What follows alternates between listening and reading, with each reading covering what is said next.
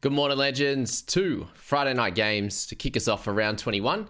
And just letting you know, you won't see me for about a little over 24 hours. I'm heading off to my nan's 90th interstate, so that's gonna be fun. I'll be off the mic for 24 hours or so, and just easier to leave the laptop for now. And I'll see you guys tomorrow evening, and I'll review those 3 games that come out today. But I'll be in and about answering questions or commenting on YouTube, whatever in the meantime. So, Warriors, Tigers 28-16. What a game, eh? Oh, God. A lot of people just in the comments just being like, ugh, yuck, ugh, ref.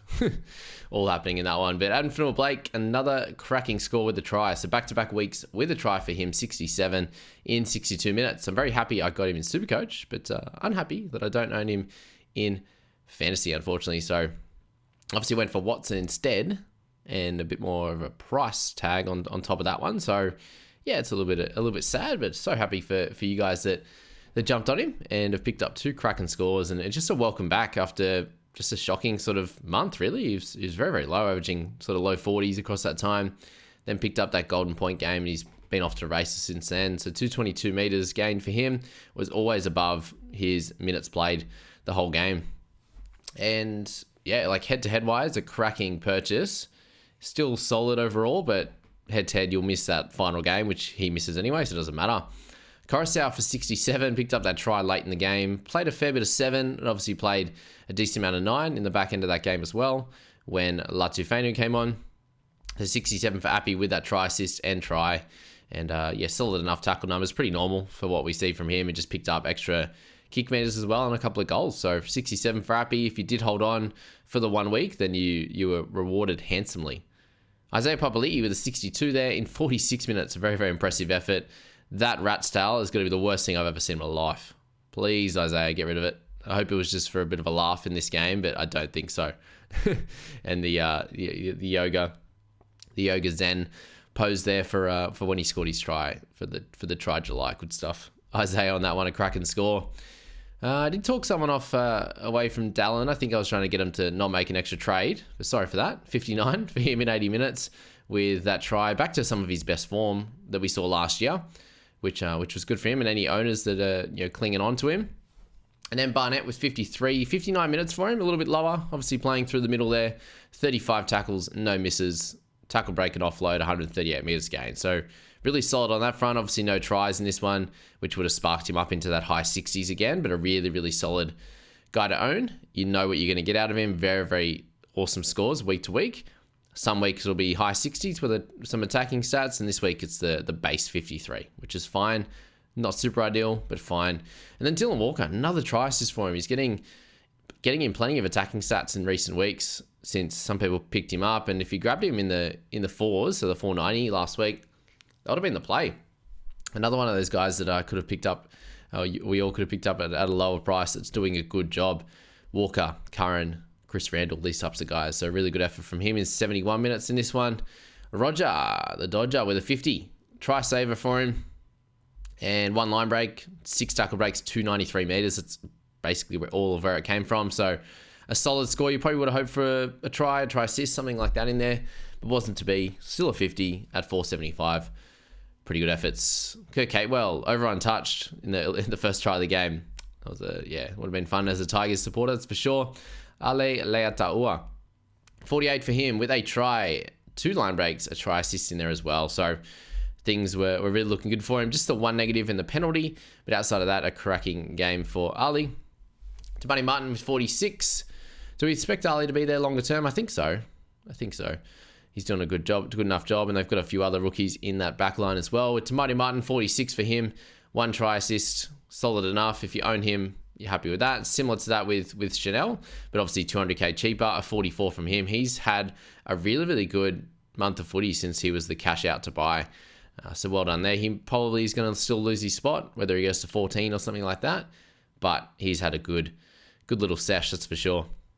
And kicking for more than Tamati at the moment. So there you go. But they'll be very happy to get that win, the Wars. Ruben Porter, 44, played the full 80 and outscored Galvin. So that's sad. And I'm very hopeful that Galvin's okay. Ruben Porter, if you jumped on him as the cash out this week, then you take the score. If you looped him, even better. But yeah, Galvin was 43. He was looking really solid. He's just in a team that was getting whacked, and he was 26 at half time. He's just doing it easy. Had one good run in the second half, which picked him up a couple of tackle breaks, but no, unfortunately no assists and no tries. Got him over the line there, but 43. Look, I'm fine with 43. It's almost to where he's priced at, but the worry is that he was hobbling around at the end, and they took him off with 5 minutes to go. So hopefully we do hear some news today that he is okay. And it was just he copped a knock and whatever it is, and he can be back next week.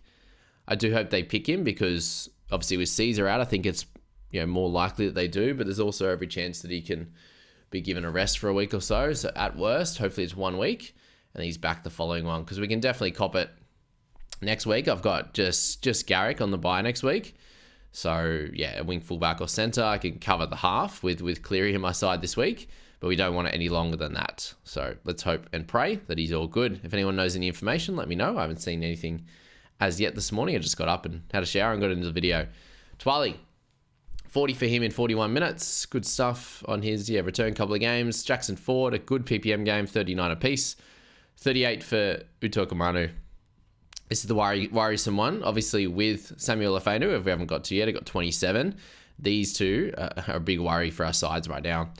Still got the minutes, just not getting the points and not delivering on the park, unfortunately. So I do understand if you look to sell him, he scored a bit better last week, got the 38 this week. It's not incredibly ideal at all, but you can decide what you want to do with that one. I had Graham there, 38 in his 80 minutes, so good stuff from him. And the line break try assist, good stuff there. Marana Niakure, Ed Kossi, 36-35, Buller 31 with a line break try assist. So just, low this year, isn't he? 36 the average. Latu Fainu with 31 in 56 minutes. Picked up a try assist in there. 18 tackles for 5 misses. A little bit of everything across the board. Not too bad for anyone who did jump on him as the cash down. Obviously all these guys outscored Samuel Fainu, and it's a little bit of a worry with him for sure. The 7 missed tackles, that's just a bit much, mate. Come on. What's with my forwards at the moment? Just starting to miss a bunch of tackles, Mr. Plathinator. Psychopath, as people call him. 7 missed tackles, yeah, it's rough. If he just misses 3 or 4, which is a little bit more in the normal range, he's up into the mid-30s again. And he had that 1 line break assist there, a couple of tackle breaks, an offload, but low tackle numbers at 24 and 91 run meters. Not good. I'm obviously not going to be playing him week to week, and obviously in hindsight now, it's probably selling him over weeks is probably the play at 40 odd K difference. I think I just got to fit that in to my trade plans and left myself with no cash in the bank, but it is what it is. He'll keep playing at least every week with Bateman gone and Isaiah Papali'i back. I think he'll still be there, and hopefully it's still for 80 minutes. They've just got to develop these young guys and give them opportunities. But yeah, we'll see how that one plays out for sure. But a worry nonetheless. All right. Eels, Storm. The scores haven't updated, unfortunately. So we'll freestyle a little bit. But just for example, I think Eli Katoa went from 52 down to 46. Brown, I haven't looked yet. Howarth is the same. Warbrick down 1 at 70. Cartwright's at 70 as well. Pappenhausen, I'll check, give me 1 second. Pappenhausen 63, so down 5. Who else we got in there? Hughes was the same. Madison at 57. Lane's at 62. Brown 49. Penasini 37. Sean Russell 49. Yep, that's fine. Grant Anderson, how good's he going? 41 though. They've messed up these scores pretty something fierce. 49 down to 41. So Pap down to 63. Grant 53. They've got him down at. Yep, that's correct. Nelson 33. Where's he? Yeah, down from 37. Brendan Hands, where'd he end up? I feel like he got a big jump overnight. 32 up to 39. What's going on here? Blaze Salangi down to 20. Jake Tunga with the line break try and getting 21. Gross. So yeah, I think that'll do for updates, and we'll roll with it from there. So yeah, Warbrick with the 70. Just what you're noticing, guys, is obviously some of the outside backs, the edges, coming up with a few more try-scoring opportunities, happening to get a lot more tackle breaks as well, these outside backs, just because you can see a lot of the forwards missing some more tackles, getting a little bit more tired, through games, and obviously coming into games, they're carrying a few more niggles, and a lot of the outside backs are a little bit more fresh and have that little bit more zip than some of the middles, and obviously some of the back rowers as well, and then some are benefiting from it with tries as well themselves. So they might be missing a bunch of tackles, but they're also going out and scoring a bunch themselves, as we saw with last game. A few guys like Isaiah Papali'i scoring tries and stuff like that. So Warbrick, 4 line breaks for him. So 312 run meters, a try, 4 line breaks, incredible efforts from him, 8 tackles as well. So good stuff, Willie Warbrick. Shout out to him. Cartwright, for those that held on, I did have to talk one of my boys off the ledge on this one. He was going to make a third trade. Cartwright out. I said no, hold Cartwright, and he wasn't too sure on the Storm being a game that he could score well against. And I was like, he's one of those guys that can score well against anyone. He could score poorly against anyone too. So yeah, worked out well this one. 69 for him. He's doing good things, offloading, 3 turnover tackles as well. So it went his way last night. They didn't get the win, obviously. The Storm 32 over the Eels 14, which was, well expected. Pappenhausen obviously down to a 63 there. Try, a couple of line breaks. Big run meters as well. So good to see him back doing good things. 3 offloads in that one. When he's getting tackle breaks and offloading, the tries are around somewhere around there. That means he's really getting involved, hands on the ball plenty, and doing good things. So that was nice for anyone who wanted to jump on Pap. Yeah, and you did. You did really well. Sean Lane is 62 for him. A welcome back game into some of his previous prowess in the last, 2 years ago anyway. Jerome Hughes, 55. I'll take it. Could have been better. Could have been worse for sure, but sort of a line break for him late in the game helped out. A try assist, 3 line break assists. So yeah, there's those ones. It was forward pass, to be fair, but those ones there, you just get 2 points for it. It's wild that you set up the try and you get 2 points. It's a bit frustrating, but 85 run meters, 423 on the kicking side, and 1 turnover tackle. We'll take it as an owner. 757k, basically where he's priced at, so that's good. Madison, 55, well above where he's priced at, so a great game from him, obviously playing through the middle. 32 tackles, 2 offloads, 3 tackle breaks, back to sort of normalcy and away from that 30 that he picked up before their bye. So hopefully he did hold on to either him or to Cartwright, especially if you got through their bye. You would hope that you did hold on. Harry Grant with a fairly lucky try in that one. Picked up a 53. Better tackle numbers in terms of misses and just the 1 penalty there. So -7 overall. Getting some decent run meters. Picking up an offload. Picking up a turnover tackle as well. Eli Katoa down to 46. Unfortunately for him, man, I was just going to comment. I was commenting on it last night. At the time of my comment, about 58 minutes in, Eli Katoa had 32 meters run and Blore had 19 meters run. They're 2 damaging back rowers. I do understand that this team is winning, so they're doing what they do best and what they want to do instead. And a lot of their efforts come from their outside backs. And then Trent Leora was at 102 meters. So all the other outside backs were over 100 at this point. And then proceeded in the last 20 minutes to give Ellie the ball, and he went for a line break assist off an offload for a try there for Pap, and then the line break try assist for Wishy. And you look at that and you go, well, probably give him the ball a bit more. It was working well all through the first half of the season, and they just went away from it the last month or so. When you had Blore last week, they got plenty of ball, and that worked out well, didn't it? He got 3 line breaks, but obviously there's some game plan around it too, because they're targeting certain players, and Blore obviously targeted really well last week and did a good job. So something to note with that one. I just thought it was interesting, and then he proceeded to get a couple of try assists. Wishy. So I ended up selling him, obviously, to get Cleary, and definitely didn't think he'd play 70 minutes. And then obviously, you had to lock everything in first game. So you didn't know. I thought Munster was definitely going to come into the 6 role, but that wasn't to be. Wishart stayed there, and then he actually moved to the middle. So that made it even worse, in my opinion. He obviously got that try back through the middle as well. And the tackle numbers, he's a good tackler of a player. And 31 for 3 misses. He got 99 run meters, 3 tackle breaks, an offload, a try. Doing everything across the board, picking up that 52 and just getting 10 minutes rest. He did an awesome job. Now, does this happen longer term, or does Munster now come into that starting side and Wishy starts from the bench and maybe covers a little bit of 9 for Grant and maybe play a little bit through the middle? Look, I think he can do it, and just being that support player and another link in the middle, especially, you can give Trent Liera a rest. Like here, 55 minutes. He picked up 51 points there, Trent.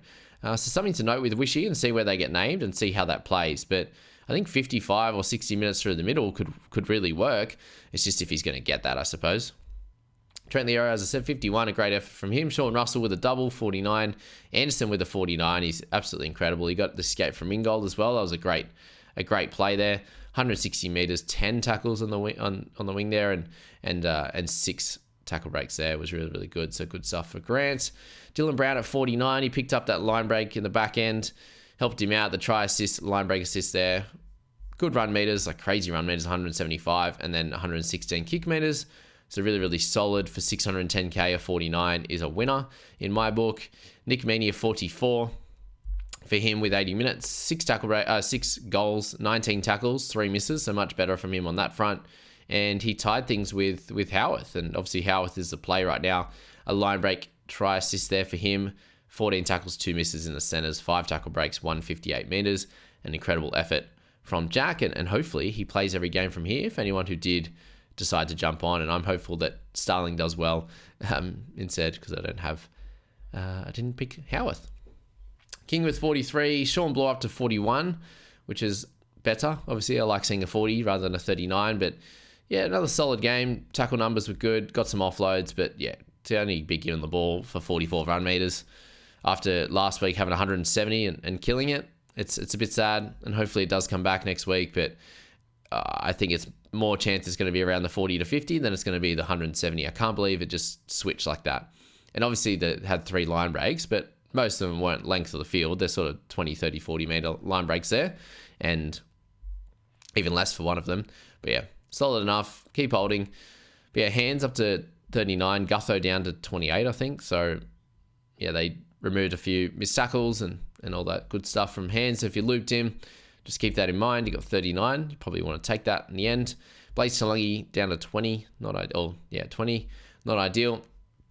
Jake Tungo with 21 with a try and line break. Munster back with an 18, and he's going to be an interesting fella to own potentially next year, I think. I wouldn't want to be jumping on now. He's obviously missing tackles and all the like there. So nothing exciting on that front for Munster at the moment, but just good to see him back, and he'll be really helpful for them come finals time. So thank you so much for being here for that couple of games review, guys. As I said, we'll see you in a little over 24 hours, and yeah, can't wait to watch these games today and have a nice boogie tonight, and we'll catch you all tomorrow night.